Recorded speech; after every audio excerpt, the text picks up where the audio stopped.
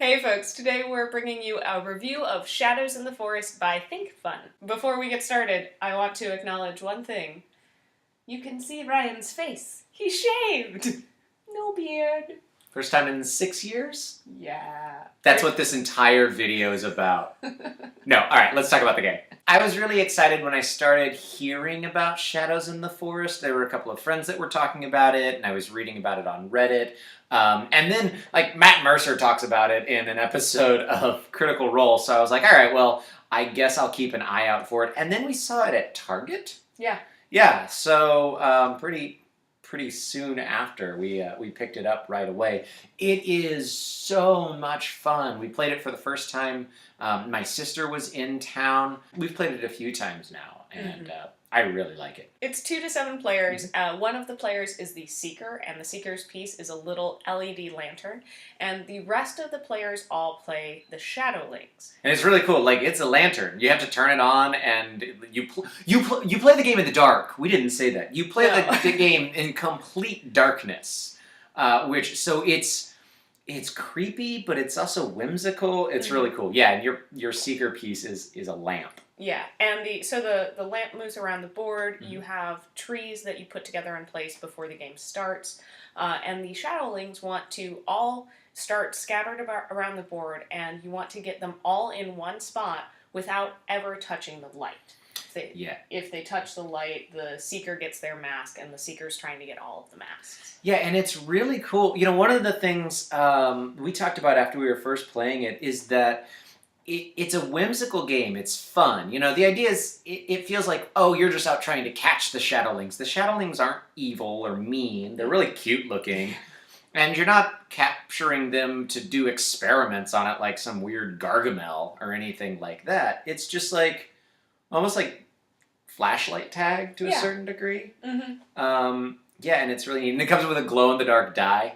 So that's how you figure out where you're moving. And then for the Shadowlings, I wouldn't know. I keep playing the Seeker. I love playing that part. The Shadowlings, you all work cooperatively, right? Yeah, it's all of the rest of the players work cooperatively, and it's definitely fun because you don't want to communicate, at least how we've been playing it. We haven't been communicating verbally because the Seeker closes their eyes so they don't see where things move around.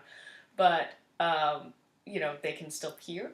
So it's a lot of pointing, and that's fun, and there's definitely strategy, and the Seekers, or the Shadowlings all remember where they are, so as the Seeker's moving around the board, it's it's getting closer and closer. You hope that the seat players all remember where the Shadowlings are. True. There's a couple of times where I definitely heard, I think it was my mom, going, oh, I forgot I was there. Yeah. So that was, that was really cool. And it's neat.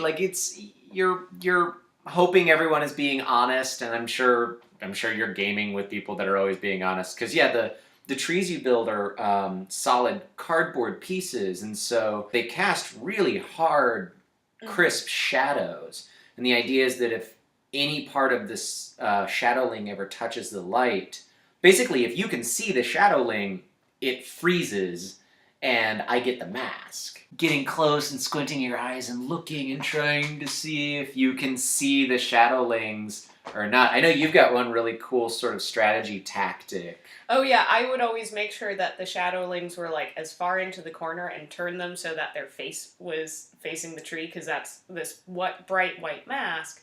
So it was a little bit harder for Ryan to see where they were. Obviously, if the light hit them, it was pretty obvious. Sure. But just in the shadows, that way it was a little bit more hidden. Yeah, and we definitely, we play it at night, and we turn all the lights off and close all the blinds so that it is dark. And that's really cool. It's also a good way to keep, if you've got any friends you game with that like to check their phone, because we decided, no, if you pick your phone up to check a text message and we see something, I get the mask. Yeah. So that was fun. I like that for the Shadowlings that it's collaborative. It'd be interesting playing with 7 people. Yeah. Just because I think that, and you can decide how many Shadowlings you play with. So that definitely ups the kind of difficulty level. Yeah, the first time it was 2 of you, but you played with 3 Shadowlings. And that game was over real fast. Yeah. And then the next time I think we did 5, and that took a little bit longer, and there were definitely a little bit more strategy and figuring out, and oh shoot, we have to backtrack. But the nice thing with being cooperative is it's a pretty easy game to have for new gamers or younger gamers.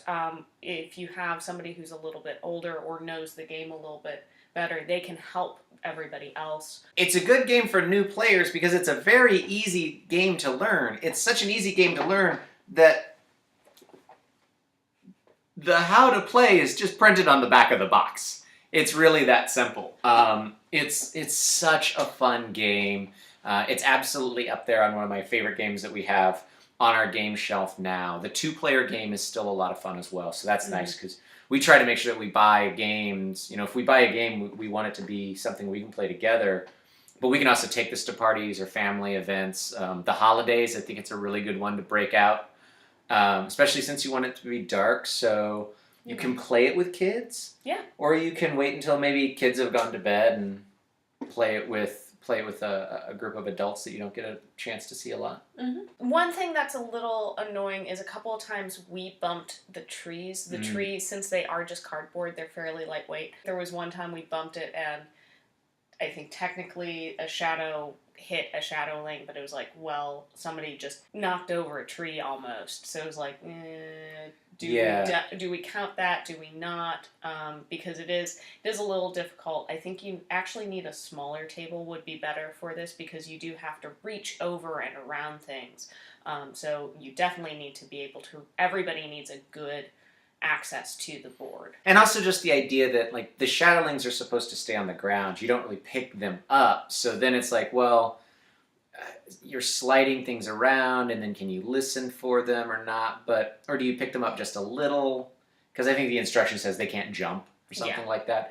There's a few things where you've got to trust your players and as well as you've got to be careful. Yeah, I think you're right. A big table or one of those big, massive gaming tables might actually make it a little bit more difficult, but I don't know that's really a drawback. Just something to keep in mind when you play. Yeah. So that is Shadows in the Forest from Thinkfun, a game that we absolutely love and I could not more highly recommend going out and getting a copy for yourself. We want to give a huge thanks to all of our patrons, especially Sean, Lainey, Arvie, Joan, and Bryce. If you're interested in helping to support us, make more videos for you, make them better, pick up more games to review, you can head on over to patreon.com/rollforinitiative and check out some of the cool perks of becoming a patron. Thanks for continuing to watch our videos and liking, sharing, subscribing. If this is your first time, welcome. Don't forget to hit the bell icon. We do a lot of bonus videos and things like that, and we'd hate for you to miss anything. But other than that, you can check us out every Tuesday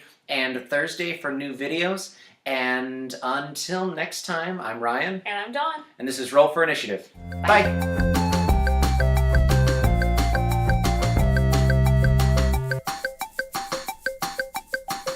Your piece is a little LED lamp? Yeah. Lantern. That was the word I was looking for. Yeah. My brain just blanked.